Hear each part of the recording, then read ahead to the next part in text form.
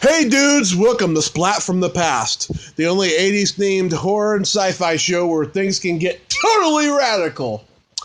Now today I will be welcoming back my good friend Stephen Pearl, the funniest comedian ever. I'm going to have him back on the podcast today. He's going to talk about the shows he's doing in Las Vegas. He moved there about 4 or 5 months ago, something like that, and he's been opening for another guest of mine that's been on the show, Carl LeBeau, and we're going to talk about that, maybe talk about any blues records or just any random shit that comes into our heads and stuff. Steve literally is the funniest guy I know, and I'm glad he's coming back on the podcast today, and I've been looking forward to it. It's going to be pretty fucking hilarious. So, here is my new interview with Stephen Pearl. What's up, Stephen? Are we on the air? Hello. Yes, we are. This is North American, all the ships at sea. The late, great Walter Winchell used to say that. Yes, he did. That's a really good impression of him. So, Peter, good evening, Mr. and Mrs. American, all the ships at sea. Elliot Ness and the Untouchables were after saying that he was hiding out in the third warehouse of the Underground. That's really good. I like that. Yep. One of my favorite shows. Oh, the Untouchables? Oh, yeah, totally false. All the stories are total bullshit, but it was a fun show. Action-packed.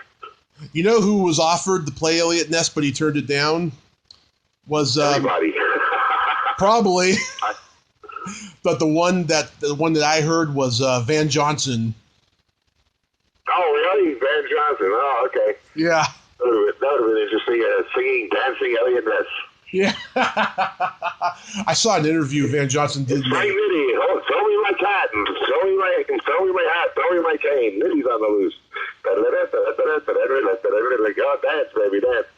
I saw an interview Van Johnson did in the late 80s when he was old.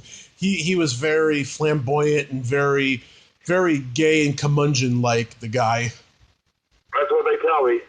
Yeah. That's all. It's in all the history books.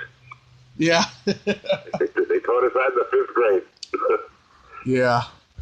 So, God, how's Sin City out there? Oh, I like it. Very good.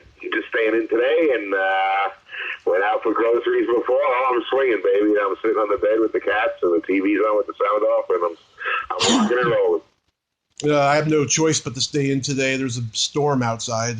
Yeah, they tell me it's raining up there pretty bad. I spoke to my lady Nina, and she's still up there, so she said it was coming down pretty hard. Oh, yeah.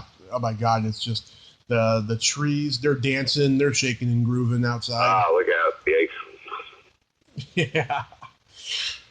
But, yeah, I mean, God, it's so great. I mean, you're doing all these shows with Carl, and everything's going good.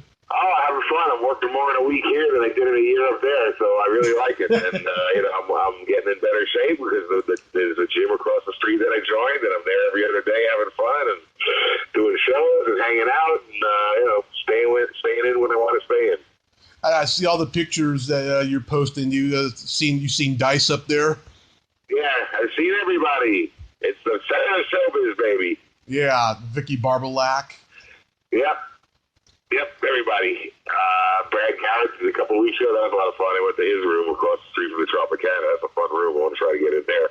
And he was real funny. Carl did a show there, and Brad was emceeing, and he did the most time. He was hysterical. He was like a really tall Don Rickles. He was just fucking with the crowd. It was really funny stuff.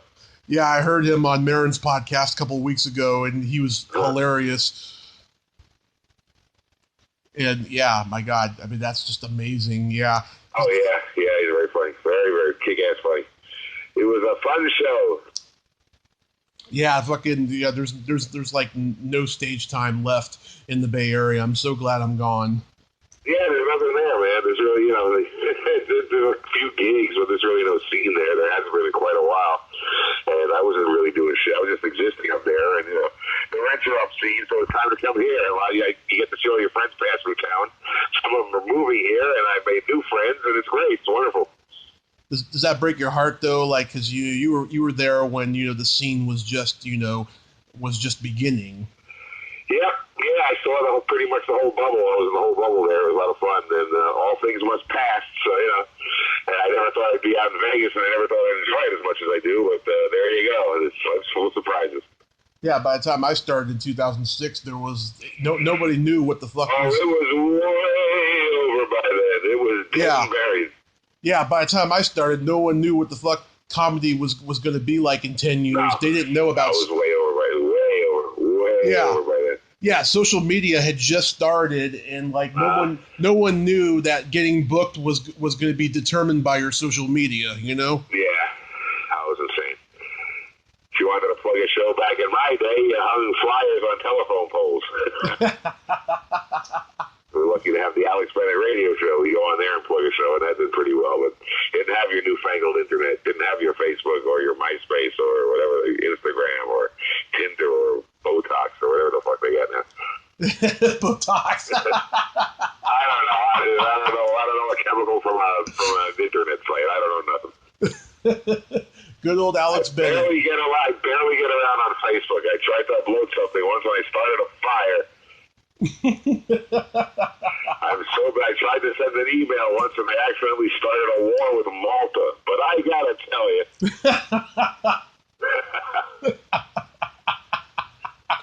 Oh my God, that's great. Yeah, oh God, good old Alex Bennett. I mean, he used to have that Comedy Tonight. I saw you on there once. Oh yeah, sure, I remember that. Yeah, that was a local show. That was fun to do that. Yeah, I mean, I did a couple of them, two of them, or maybe three. I'm not sure.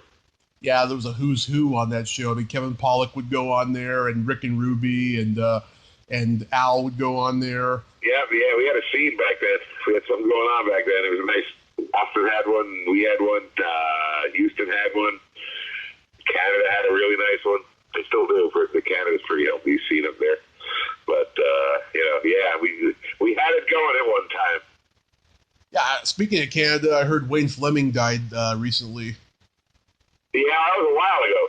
Oh, really? Yeah, Wayne Fleming. Yeah, I like Wayne a lot. He's a good guy. Yeah, he died a couple of years ago at least. Oh, okay. Yeah, it was brand new to me. I didn't know. Yeah. But, yeah, I mean, everyone's dropping like flies now. I mean, we just lost Brody Stevens. Yeah, I didn't know the guy at all, but that was, from what I heard, he was a nice guy, and it's sad anybody does himself in, for any reason. Yeah. I mean, that guy was on the verge of becoming a big star, and he was doing pretty good, Uh-huh. But that doesn't. You can still have other demons, so it can mean nothing. So you can have all that. I mean, look at Freddie Prinze. Look at a lot of people. So yeah, Sam. Who knows? Who the fuck knows how he was wired? Yeah, he just couldn't conquer what was bothering him, unfortunately, and that was it. So. Yeah, it was really sad. I remember when I came down to LA for like 8 days a couple years ago. It was my first time there in adulthood, and he was like playing every club like every night. I remember. Uh-huh. Yeah, that's tragic. You're a busy boy. Yeah, it was pretty tragic. Yeah. I just listened to one of my all-time favorite blues rock albums. Do you remember Super Session? Super, of course, from the 60s. Yeah, love that album. Yeah, sure. Al Cooper, Mike Bluefield, I think Steve Stills was on it. Yeah. I know you would never associate Stephen Stills with blues, but he can play it. He's from Texas. He must know something. Yeah. More of a folky. He's known for being more of a folky, but no, he could. I saw a picture of him at the Scene, the club in New York. He's playing bass, and Jimi Hendrix is on one side of him playing guitar, and Johnny Winter's on another side of him playing guitar. So I'm sure he's seen some stuff. Mm-hmm. Yeah. But yeah, I think he's a genius. Oh yeah, very talented guy. I remember. God, what was that news show? There was a news show that was on CBS back in the late 80s, and they were interviewing each member of Crosby, Stills, and Nash, and they were all putting Stills down, saying, he's got an ego, he treats the band... Guys all hate each other. Yeah. Be disappointed in them if they didn't. Yeah, he treats the band like they're backup players, and instead of coexistence and shit. And they were like, I don't ever want to play with him again. And then a year later, they have a new album out. Yeah, they look at their bank accounts. Oh, we better play with them again. Just better get back together. Yeah, because David... They want us on our own. They want us all together. Okay, the rents do. Hey, Steve, how's everything, old buddy, old chum, you motherfucker? Yeah, let's get it back together. Yeah, cocksuckers. Yeah, because David and Graham are like, they're like, hey, we have fun together, but hey, if Steven's with us, we'll actually make money. Yeah. He's okay. He's not screwing Joni Mitchell now. And he won since they had a fight. She threw a cane at him. Yeah. Yeah, I mean, look, it's funny, you know, all these bands all these old bands are going out on tour, and, you know, they all hate each other and stuff, but, like, you know, the record industry, even though it doesn't exist anymore, it's never been able to pay as well as touring. Oh, yeah, sure. It's like, you guys like setting up their own equipment, too, you know, but, okay, let's play. Yeah, I mean, just, yeah, that's why these bands, like, refuse to stop, because it makes them money. Yep, they need to know. Or it's a new incarnation of the band, or it's one guy from the original band who kept the copyright on the name. So yeah. Let's hear it from Poco. I am the one guy that was in the band. Everyone else is in their 20s. Yeah, I remember Steven Tyler from Aerosmith was on Joe Rogan's podcast, and he said the reason why management never let bands stop doing drugs in the 70s was so they could sign away the publishing while they're under the influence. Definitely, yeah. It's like when club owners used to try to pay cocaine in the 80s, like really bad cocaine, speedy cocaine. How about that instead of pay for the week? Yeah, sure, whatever you want. Some of the slimy ones try to do that, and some guys took the beat. Yeah, remember what Robin said? Cocaine is God's way of telling you you're making too much money. There you go. It was a simpler time. Yeah, simpler time. I know, just now it's just, oh my God, insane. Too insane now. I'm just happy out here, just, you know, working. It's an old guy still working. Mm-hmm. Here and there, you know, they hire the older guys out here, which I really like. A lot of funny gray-haired comedians working out here. Yeah, I have this one friend, she's in her 40s, she performs out there, her name's Jenny Pez Dispenser. Uh-huh. And she's very funny, very dark, and I'm really worried about her. She hasn't been online for like 2 weeks, and she's had some health issues. Yeah, I hope she didn't do herself in or just die naturally. Yeah, like I've been worried about her. She's very funny, and she's always like telling me, you know, come out there, and I'm like, I want to get my fill in L.A. when I move there in a couple of months, you know. I moved to L.A. Okay, good luck. Yeah. I mean, I got You'll meet many counterfeit souls down there. You'll meet many nobodies pretending to be somebodies. Yeah. I mean, I got 402 episodes of this podcast, so I'm doing something right, you know. There you go. Yep. Yeah, I just celebrated 400 yesterday. I interviewed Willie Hall from the Blues Brothers. Oh, that's nice. Mazel tov, 400. Yeah, very, very nice guy. Had some great stories about, you know, working at Stax back in the 70s. Uh-huh. Yeah, great stories about working with Isaac Hayes and the Bar-Kays and stuff. They were just... Isaac Hayes. Yeah, Can you dig it? Yeah, he played on Shaft. That's him doing those jazzy drum cymbals. Oh, cool. It's on a classic recording. Mm-hmm. Yeah. The song Shaft will live forever. Here in a couple of countries, it's the national anthem. Yeah. Number one Academy Award-winning record, that album was. Oh, yeah. You know, and yeah, I mean, he also played on Hot Buttered Soul, great album. Oh, sure. And he joined the Bar-Kays right after the plane went down with Otis Redding. Oh, yeah, a couple of the Bar-Kays couldn't make it. They didn't have room for them or something. You got to take the bus. Fuck you, man. And they were the ones who lived. And then one guy in the plane lived, too. So one of the Bar-Kays flew through the crash, which was, he must still have nightmares about that. You should incorporate that in one of your famous last words. Oh, yeah, I do have one. Hey, good luck on the bus, new members. Otis Redding, December 10th, 1967. God, the bus ride, new members, something like that. I don't remember my own stuff. Oh, you're so cruel. You're so cruel. I'm the coolest, man. The coolest. I'm the Fonz, man. I'm like the Fonz. Oh, shit. Did you see that today on Facebook? There was a hoax that he was dead. No, I didn't see that. Yeah. Don't die, Henry. Don't die. We need you, Henry. Yeah, it says something like, rest in peace, Arthur Fonzarelli. He was a Trump supporter. I always thought thought they should have Happy Days go into the 1960s and have Fonzie beating up on peace demonstrators during the Vietnam War. Yeah. Hey, we don't want Abby Hoffman and Arnold. Get out of here, hippie. Well, didn't Happy Days go right to like the Kennedy assassination or something? I think it went up to that part, and then they luckily went off the air. They should have gone off the air in 1975. I think they should have went off the air in '80, like right when Ron Howard and Ralph Malph was ready to go. Yeah. You know, same thing with. I think everybody quit but Fonzie. He was getting like a huge paycheck. Hey, I ain't leaving. Everyone else quit. They had like a whole new cast come in or something. Ted McGinley. They always put Ted McGinley on the show. And everyone else left. They put Ted McGinley. He's like the luckiest guy. They put him on a show that was already a hit after everybody left. So let's put him on that, Married with Children, and some other stuff. Love Boat. Was he on Dynasty? He was on one of those primetime soaps. Yeah. Yeah. I actually think he made Married with Children better. Yeah.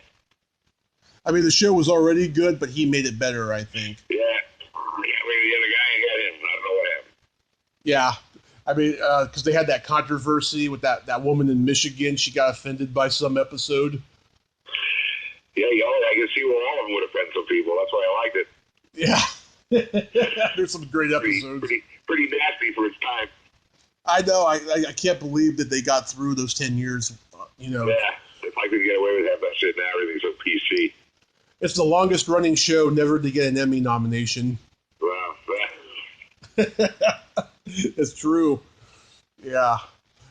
Yeah, oh my God. That was back when entertainment was good, and now it's just... You know what the problem is now? It's too fast. It's too fast-paced. It's like you have to, invest in a story and have a lot more detail now. They don't do that. I don't even watch what's going on now. I hardly ever watch TV. I hardly ever watch anything that's on TV, any of the new shows or new comics. Nobody.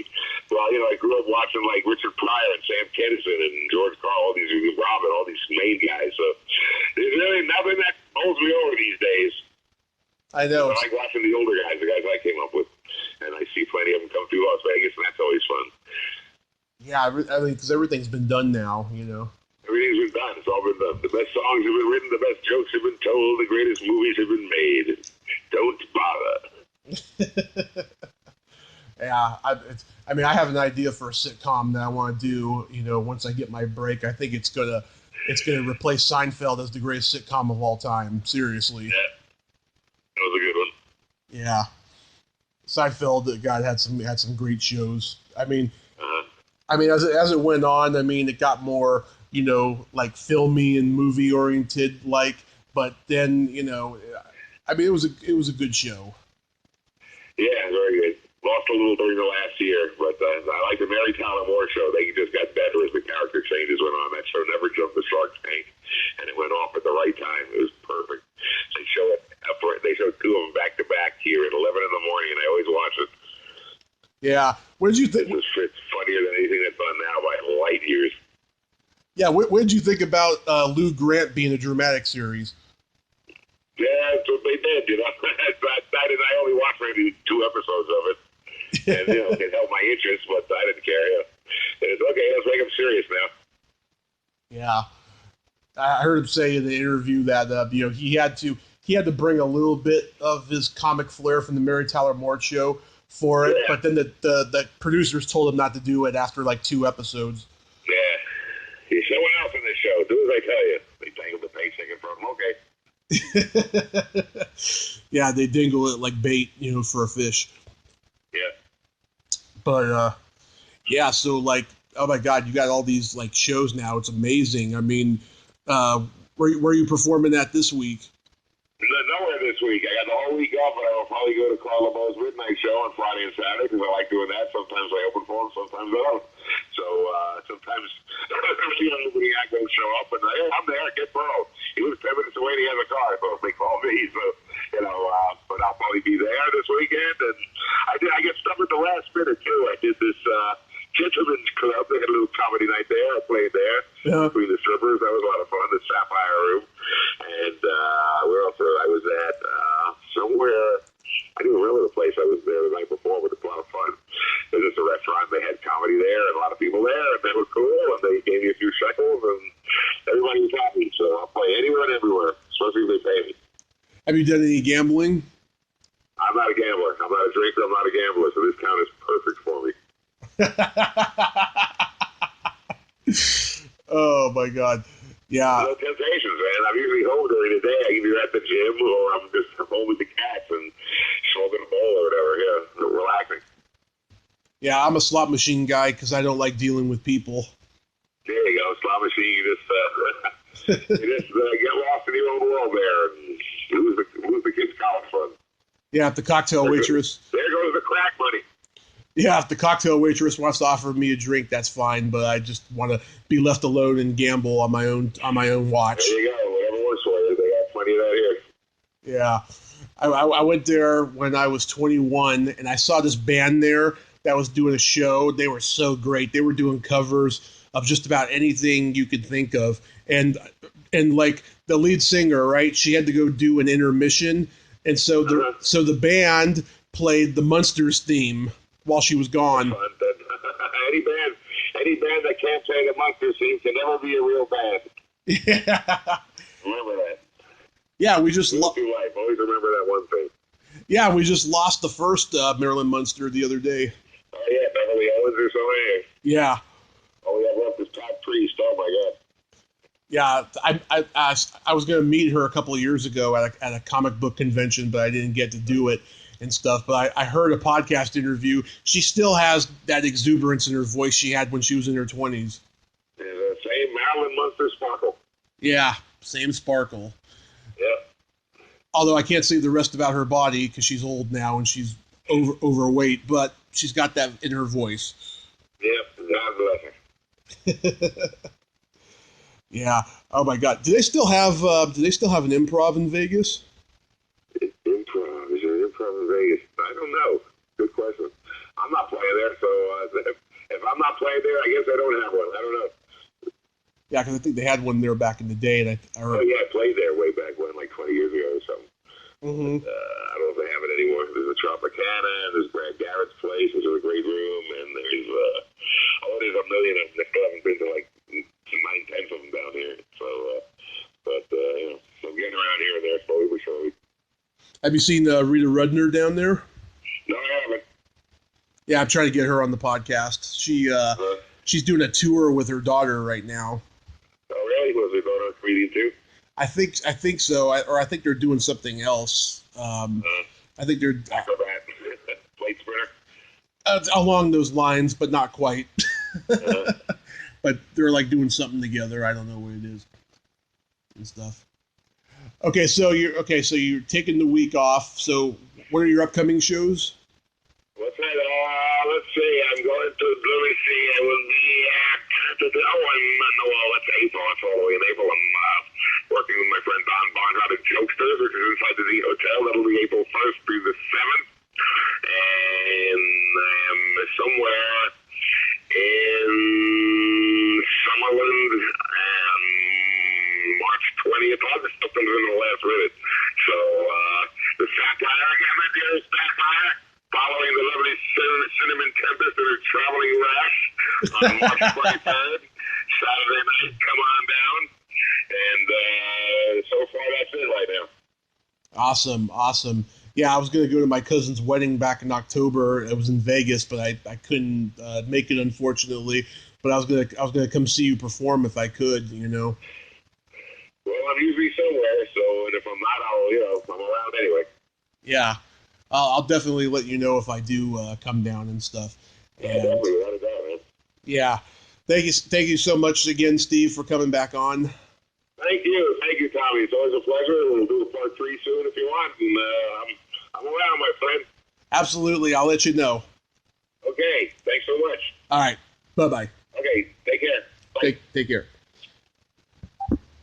Well, there you have it. Stephen Pearl. Ain't he a cool dude? Yes, he is. He's still the funniest guy ever and has great pop culture knowledge, as does I, and I love talking to him. If you like this video, everyone, please subscribe to my YouTube channel, add me as a friend on Facebook, join my Tommy Kovac comedian page on Facebook, follow me on Twitter and Instagram, and all that fun stuff. Well, that's all the time we have this week on Splat from the Past. Until next time, this is Tommy Throwback Kovac saying there's no shame in living in the past because the present sucks. Later, dudes.